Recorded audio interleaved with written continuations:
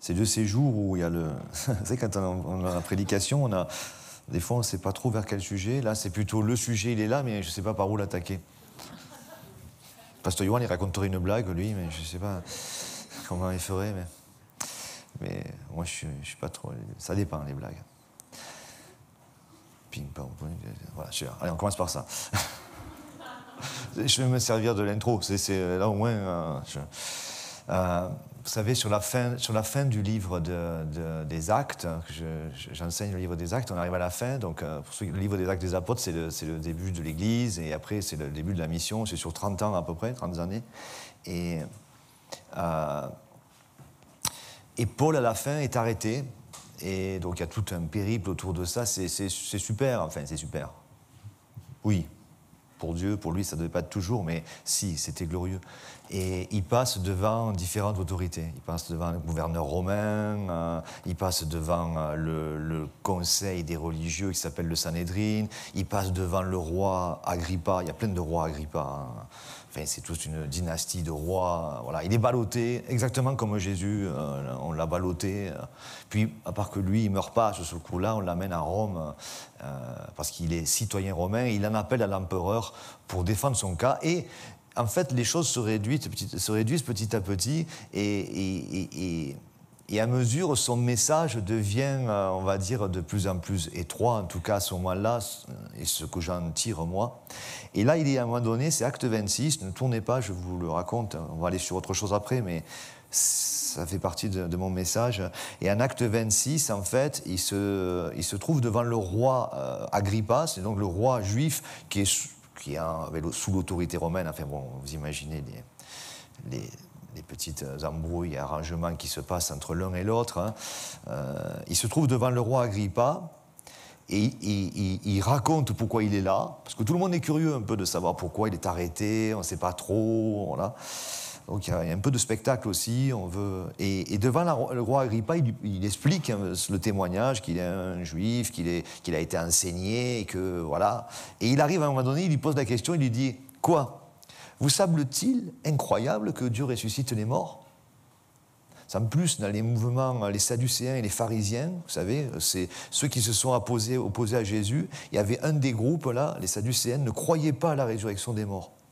Ne croyaient pas aux esprits, ne croyaient pas à tout ça. Donc évidemment, quand il y avait un truc comme ça, souvent ils se chamaillaient entre eux, mais bon, là, ça ne sera pas le cas. Mais il dit, mais quoi ? Vous semble-t-il incroyable que Dieu ressuscite les morts ? Alors si je vous demandais la question à vous, vous me direz... Alors bien sûr, ça nous semble un truc énorme, mais c'est quand même... sinon, on arrête tout. On arrête tout, puisque celui en qui on croit, il est ressuscité des morts. On va dire c'est évident, même si le phénomène lui-même et l'explication de lui, on ne peut pas. Hein. Mais cette question-là, on pourrait dire tout, si je faisais un sondage, je vous fais un petit papier, vous mettez dans l'urne, voilà. À part s'il y avait un non-croyant qui vient par curiosité, qui veut découvrir l'Église, et peut-être il mettrait, je ne sais pas, ou non. Voilà. Mais on mettrait tous, oui, bien sûr. Bien sûr. Mais si je posais la question par rapport à l'introduction, est-ce que vous croyez que Dieu nous ressuscite aussi dans notre vie, dans ce que tu as dit de 2 Corinthiens 5, 17, qu'il faut passer par la mort pour qu'il y ait la vie ? Dans le principe, peut-être que là, on va mettre un peu plus de temps à répondre oui ou non. Parce que la résurrection, c'est aussi quelque chose qui se fait quotidiennement, parce que, tu l'as bien dit, là, il y a le brisement, il y a la cassure. Il y a la cassure. Et il faut qu'il y ait... Et puis surtout, c'est la main d'un autre qui agit. C'est la main d'un autre qui agit.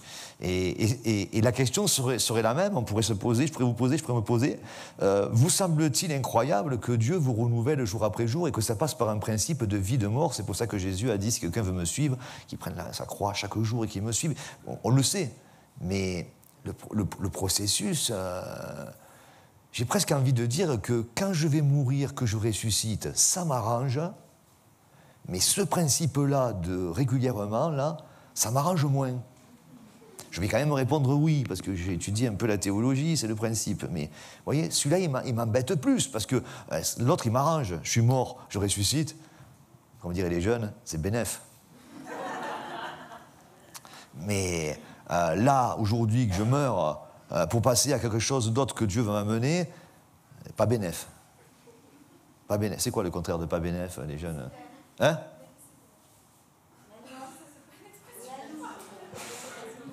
C'est du brésilien, ça, non ? Il n'y a pas ? C'est pas bénef. Ah ben, les jeunes, ne vous suivez pas. Si vous avez des expressions, vous n'avez pas le contraire, on peut pas bosser avec vous. Vous voyez, je veux dire, voilà. Donc, du coup, maintenant, ça y est, j'ai abordé par un côté. Maintenant, il faut bien aller vers les autres. Et je vous ai parlé, je ne sais plus quand, mais il n'y a pas longtemps, de la profondeur. Non, mais c'était un cours de DA, je crois, doctrine appliquée. Sur la profondeur.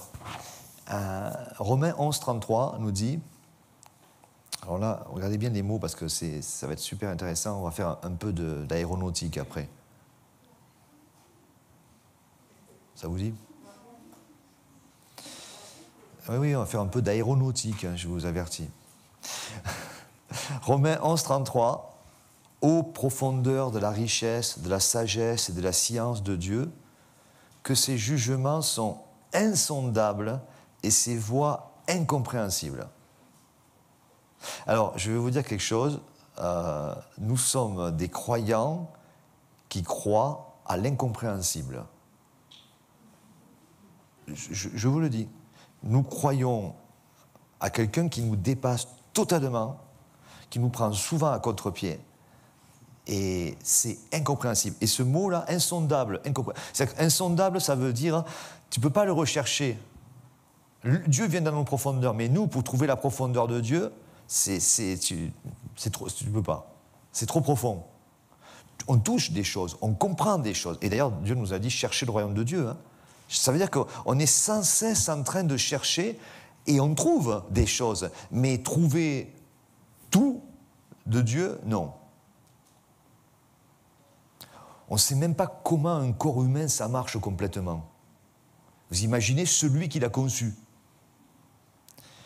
Donc, insondable, c'est ça. Ses jugements, sa façon de déterminer ce qui est juste, ce qui est faux, de mettre des sentences, de donner des règles, de nous faire avancer dans la vie. Pour nous, la façon de fonctionner dans ça, et en plus, on n'est pas aidé parce qu'il y a un système de ce monde qui nous donne des façons de fonctionner qui en plus nous troublent. Parce que le bien, des fois, de Dieu, le monde l'appelle mal. Des fois, ce que Dieu dit mal, le monde dit c'est bien. En plus, c'est vachement compliqué. Parce qu'on n'est pas totalement neutre. Il faut en plus, comme tu l'as dit pour encourager, il faut être dans la parole. Parce que n'importe quel thème, dès que vous voulez le creuser, vous avez tout un background de ce qu'on vous a inculqué, sans pour cela qu'on ait pensé que ça serait mal de vous l'inculquer. Mais en plus, on a ça. Donc penser les choses de Dieu, c'est toujours... c'est pas naturel.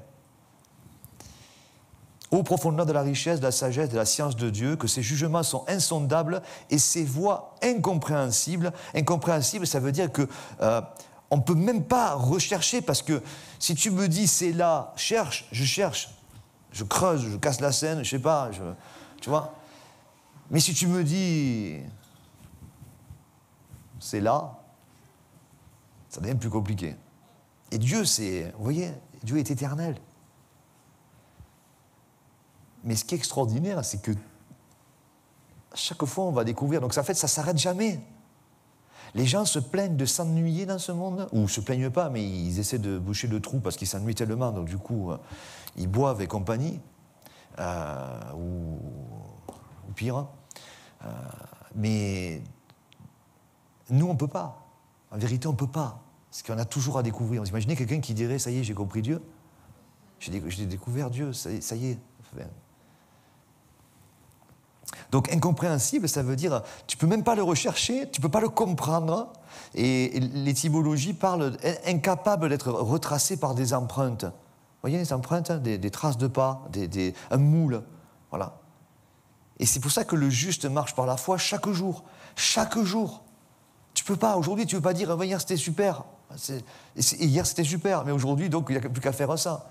Vous lisez les nombreuses histoires d'Israël et vous allez voir qu'à chaque fois qu'ils ont essayé de s'appuyer sur l'expérience d'hier qui était bonne, ça n'a pas toujours marché. Dieu nous prend, mais c'est extraordinaire, mais en même temps c'est déstabilisant, vraiment. Il n'y a pas de confort avec Dieu.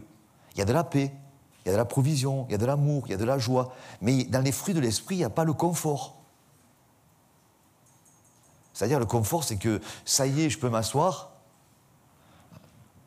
et je comprends tout. Non, on marche par la foi. Éphésiens 3.8, alors du coup, ces mots, vous les avez que dans 2 versets, hein. Romains 11.33 et Éphésiens 3.8. Éphésiens 3.8, c'est Paul qui parle et qui dit « À moi qui suis le moindre de tous les saints », regardez son humilité quand même. Hein. Et alors là, il prend le verset, il ne prend pas le verset, il dit quelque chose et là, on le lit parce que c'est écrit maintenant. « À moi qui suis le moindre de tous les saints », c'est-à-dire de tous les gens qui sont à part, qui sont sauvés, cette grâce a été accordée, ce cadeau, cette faveur imméritée, a été accordée d'annoncer aux païens les richesses incompréhensibles de Christ. C'est-à-dire que vous avez un homme, on ne sait pas par où il est passé pour en arriver là où il est arrivé, et il dit « À moi qui suis rien, Dieu m'a demandé d'aller annoncer, enseigner, prêcher les richesses incompréhensibles, c'est-à-dire que je suis un prédicateur de choses incompréhensibles. » Et c'est génial.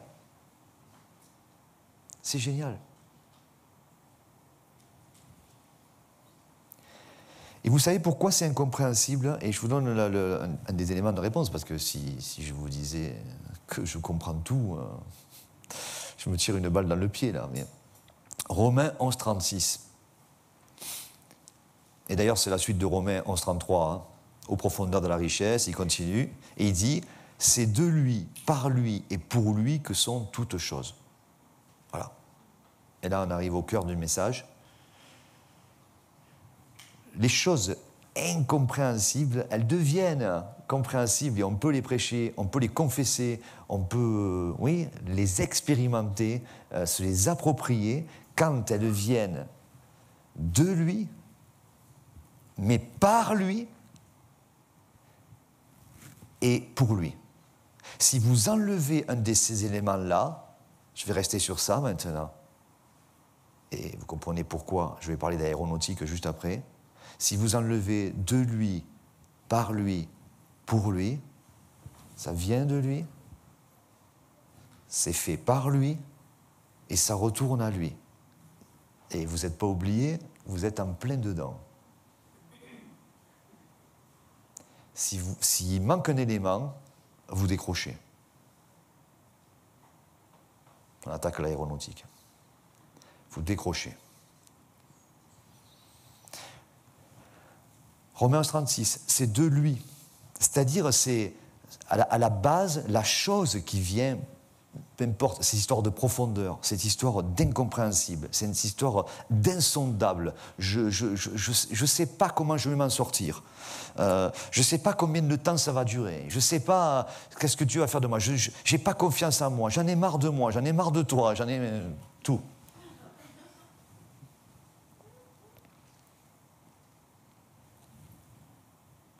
Pour que Dieu puisse faire ce qu'il a à faire là-dedans, il va falloir que ça vienne de lui. Alors là, vous me direz tous, c'est évident. C'est comme les morts qui ressuscitent, c'est pareil. C'est pareil.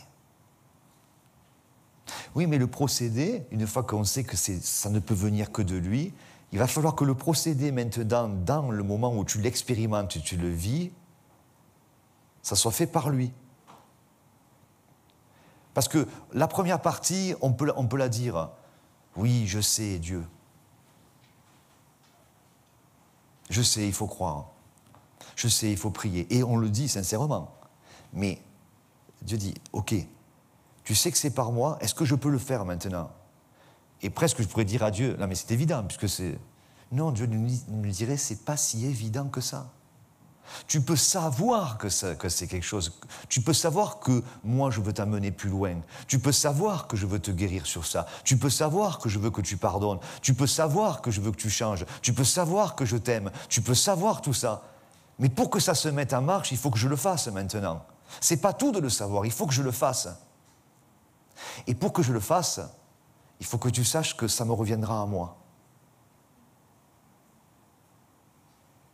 C'est pour ça que Paul va dire, moi qui suis le moindre. Et ailleurs, il dira, j'ai travaillé plus que tous. Il se contredit ou pas? Et oui, bien sûr, il parle des choses incompréhensibles. Donc en fait, il est capable de dire qu'il est le dernier, mais en même temps, il est le premier. Parce que de lui, par lui, pour lui, qui est au milieu? Qui est le... On pourrait dire, bien sûr, c'est Dieu, mais qui est le centre de cette histoire de, par, pour? C'est moi. L'idée du salut, c'est une idée qui vient de Dieu, qui est passée dans sa façon de faire par Dieu, et ça retourne pour Dieu par ces vies qui sont transformées. Le principe est là, s'il en manque un, c'est par exemple, la religion, c'est juste le milieu, par Dieu. Il faut faire ça, il faut faire ça, c'est par Dieu, c'est les règles, c'est les lois. Oui, mais c'est quoi le fondement? C'est la grâce. Le principe, c'est la grâce au départ. Et quand tu feras toutes les choses, quand tu auras fait toutes les choses, bien sûr que la liste, elle ne finira jamais. Hein. Si on fait comme ça finit jamais. Qui va être glorifié? J'y suis arrivé. Tu vois, c'est pas ça. De lui, par lui, pour lui. Je vous le montre comme ça. Une seule partie de ces éléments-là, et on le fait hein, tous, hein, je le fais moi. Des fois, par exemple, vous avez cette phrase, elle n'est pas... Ne le prenez pas mal si vous l'utilisez, parce que ça peut m'arriver de l'utiliser. On va dire, par exemple, il s'est passé quelque chose et on a eu une réponse de la part de Dieu, et un frère te dit, c'est super, t'es béni. Ah, c'est pas moi, c'est Dieu. En fait, là, c'est juste la dernière partie du truc. Vous dites, c'était pour Dieu. C'est pas faux. C'est pas faux. Mais auriez-vous oublié que l'objectif, c'était pas que ça finisse juste par Dieu, il fallait que ça vienne de lui, et que ça soit passé par vous pour faire le travail, et pour que ça aille à lui. Ésaïe dit, comme la pluie qui tombe ne retourne pas, sans avoir fait tout son travail sur la terre, c'est pareil de la parole. Si la parole, c'est quelque chose qu'on regarde, qu'on apprend par cœur, qu'on lit, qu'on dit aux autres, il faut bien que tu fasses ce qui est écrit, et moi aussi je vais y arriver, demain je te promets, je lirai un peu plus de la Bible, vous oubliez le principe de grâce, de savoir que cette parole va vous transformer et va vous faire rendre grâce à Dieu. De, par, pour. Alors, contrairement à une idée reçue, c'est pas le moteur d'un avion qui fait voler. Alors ça doit sûrement, j'y connais pas grand-chose. Hein. Cette nuit, j'ai pas eu le temps, je voulais prendre des cours d'aéronautique, mais c'était serré. J'ai attaqué à 5 heures, mais ce que j'ai pu lire, c'est intéressant. Évidemment, il y a la propulsion, j'imagine que le moteur, il fait quand même quelque chose. Sinon, on plane juste. Mais vous remarquez qu'un avion n'a pas besoin de moteur pour voler, puisqu'un planeur plane. Contrairement à une idée reçue, ce n'est pas le moteur qui fait voler un avion, mais c'est les ailes qui génèrent la portance. S'il n'y a pas la portance, ça décroche. Je vous explique. J'essaye. En fait, la portance, c'est cette histoire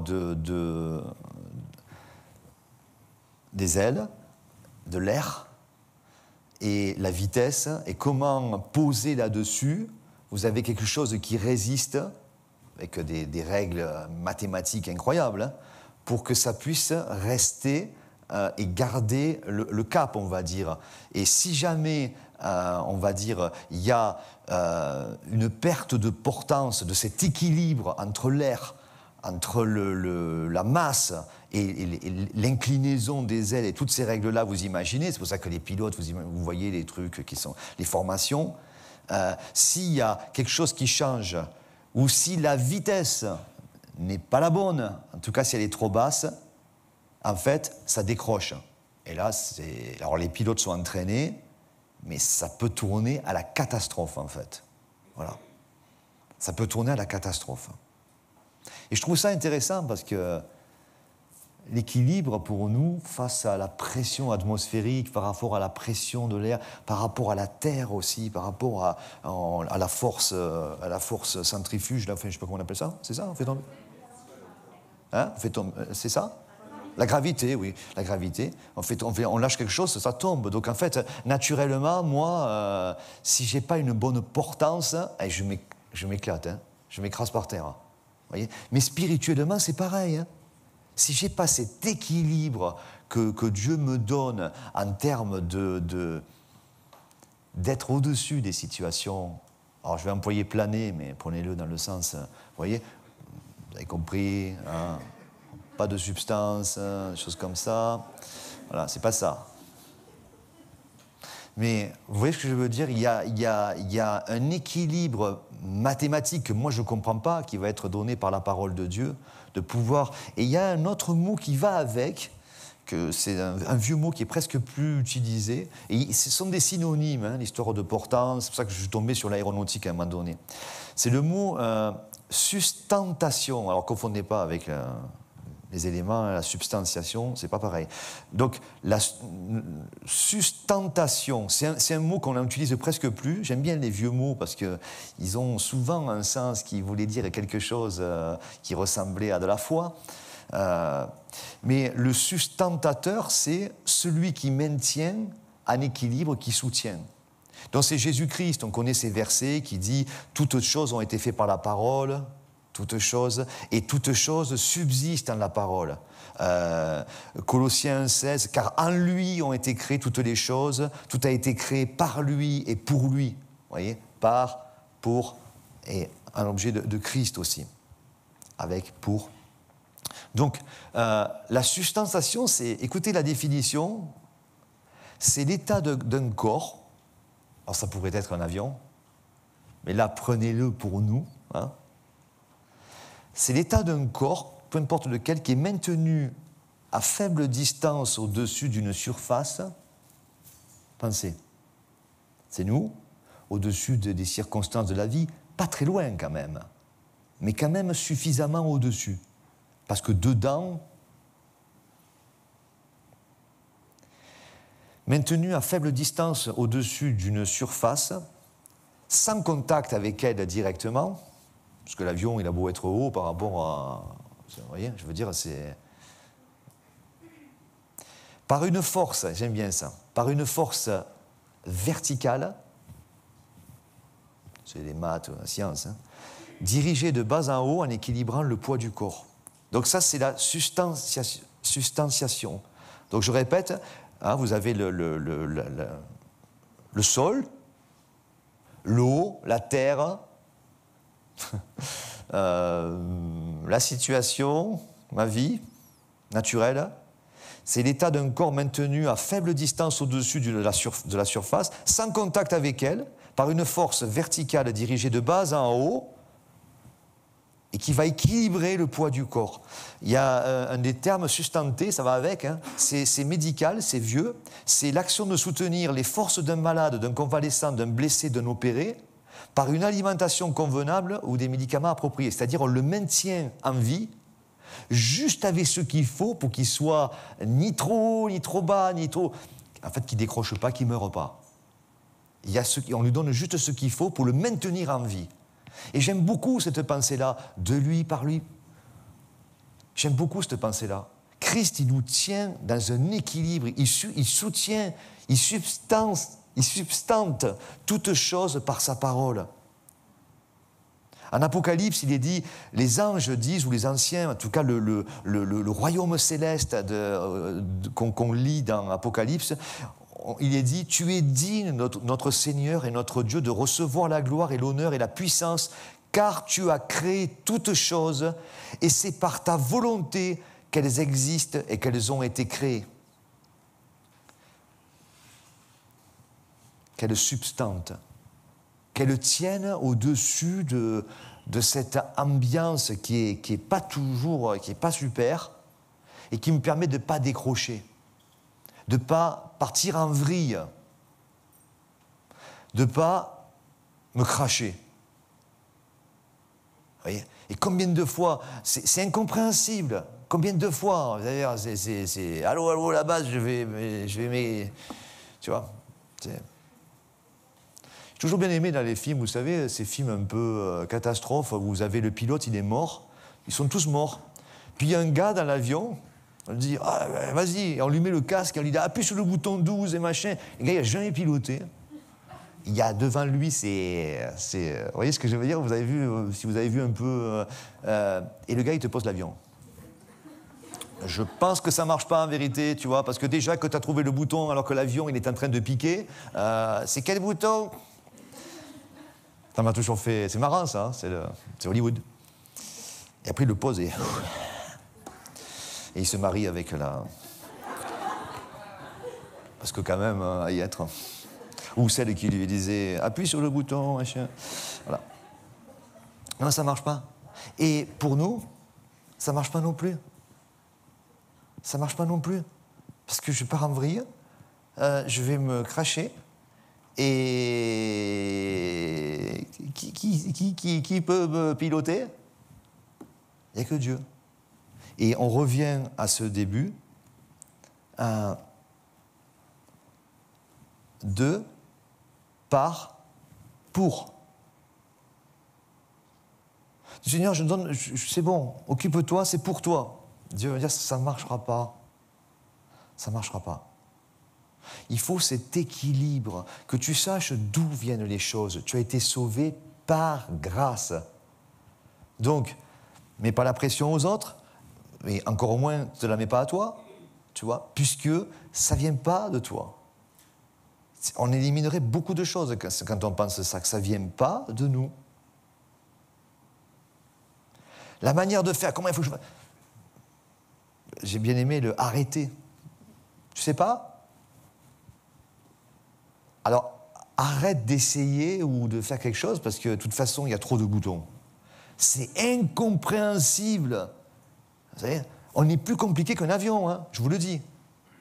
Je veux dire, il y a beaucoup plus compliqué qu'un avion. Hein. L'équilibre, beaucoup plus compliqué, quoi. Regardez, quand vous entendez qu'il y a un crash d'avion, on va dire, c'est terrible. Mais c'est rare.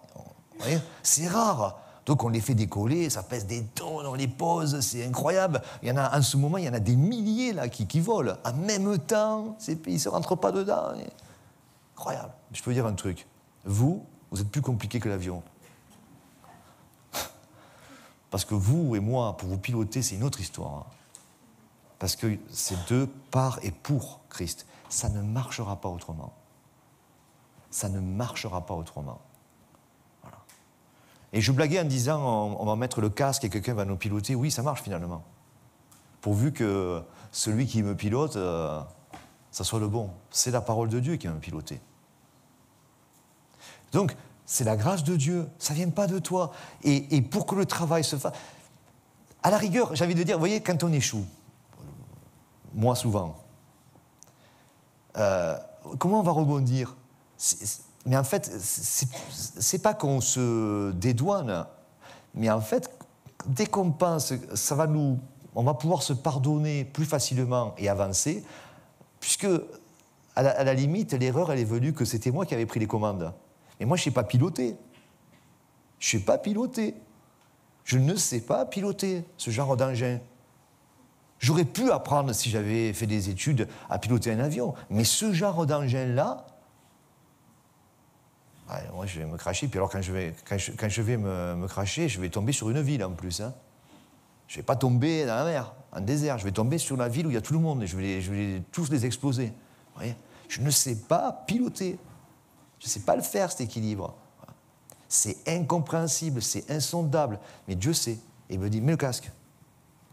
Écoute. Fais ça. C'est où? C'est où? Calme-toi. Vous imaginez, en plus, il nous dirait, je t'aime. Waouh. On va commencer par ça. Je t'aime. Où j'appuie? Je t'aime. Ouais, mais là, le temps est compté. C'est par moi, donc le temps, c'est moi. Je t'aime. Je t'aimais, je t'aime, je t'aimerai. J'appuie où? pas de bouton. Ah ben là, ça ne va pas s'arranger. Vous voyez? Et nous, on cherche, il faut qu'on pilote. Hein. Il faut qu'on gère, quoi. Et on a hérité le siècle des Lumières. Hein. Vous n'étiez pas nés, heureusement. Sinon, il y a un petit record là, dans la salle. Mais on a hérité le siècle des Lumières. Vous voyez? Je veux dire, c'est 2 mois par mois et pour moi. C'est simple. Je pilote, j'ai le diplôme, je décolle, je vole, j'atterris. C'est même moi qui ai inventé. Je l'ai construit l'avion, tout seul. J'ai construit l'avion tout seul, tous les boutons c'est moi et c'est extraordinaire. Voilà. Je vous assure, c'est le siècle des Lumières. C'est le siècle des Lumières.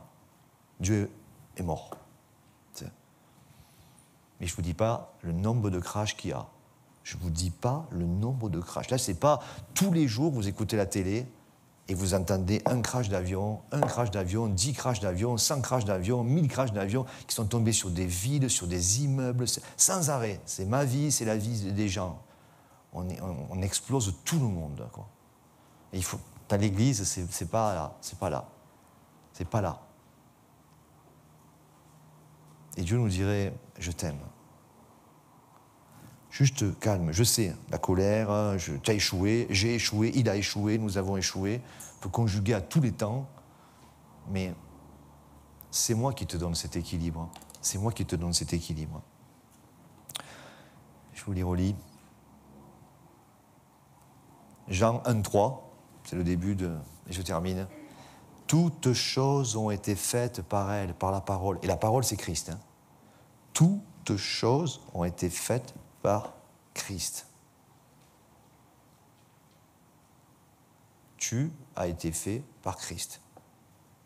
Tu es fait par Christ. Tu seras fait par Christ. Sans cela, tu décroches. Donc, lâche les commandes, laisse-les à ce pilote qu'il est, parce qu'avec lui, il est venu pour empêcher tous ces crashs-là. Il ne veut pas. Il ne veut pas qu'il y ait plus. Encore moins dans l'Église, on va dire. Hein, parce que dans le monde, si dans l'Église, ça crache comme ça, et ça crache dans l'Église aussi, hein, qui va aller expliquer aux autres qu'ils n'ont pas le diplôme, hein. Il faut qu'ils arrêtent de conduire, de piloter. Il faut arrêter. Trop de morts, trop de dégâts. On blague un peu avec ça, mais je vous dis, hein, ça fait du dégât. Et j'aime bien cette histoire que Dieu nous maintient d'une manière verticale, avec cette poussée, cette pression, hein, dans cette atmosphère. Hein, parce que le diable, c'est le prince de la puissance de l'air. Donc lui, il veut qu'on se crache là-dedans, quoi. Vous voyez, qu'on dise, je maîtrise la situation. Et après, une fois que tu es enfermé dans le cockpit, là, il te dit, hey, t'as vu tous les boutons qu'il y a? Allez, vas-y, amuse-toi. Tu vois. Et nous, les lumières, on dit, mais bien sûr, je maîtrise. Et c'est parti. Toutes choses ont été faites par elle, toutes choses par Christ, et rien de ce qui a été fait n'a été fait sans la parole, sans Christ. Tu es fait comme ça. Cherche pas. Ça vient de lui. Ça doit venir de lui. C'est de lui. Aujourd'hui, c'est de lui. C'est de lui. Échec, c'est de lui. Il assume. Il assume. Regardez. Il assume. Il assume. Mais ce qui est génial, c'est que là, tu peux dire, oh, non, mais c'est pour lui aussi. Hein. Et ce qu'il a commencé, il sera fidèle de le finir. Hein. Il ne va pas dire, débrouillez-vous. Moi, j'ai un parachute de toute façon. Débrouillez-vous. Non. Il assume. Il assume jusqu'au bout. Christ assume jusqu'au bout. Jusqu'au bout. L'œuvre qu'il a commencée, il la terminera et il vit que ce qu'il avait fait était bon. Il vit que ce qu'il a fait en vous est bon. Pourquoi? C'est pour lui. C'est donc le meilleur. C'est par lui. De lui. C'est de lui. Tu es de lui. Tu es par lui et tu es pour lui. Donc, il n'y a pas mieux. Il n'y a pas mieux. Merci Seigneur pour ta parole. Merci pour ta vie, Jésus-Christ. Merci pour tout ce que tu fais. Et bénis ce dimanche que nos pensées puissent être renouvelées toujours dans la grandeur de ton évangile qui est une bonne nouvelle. Amen.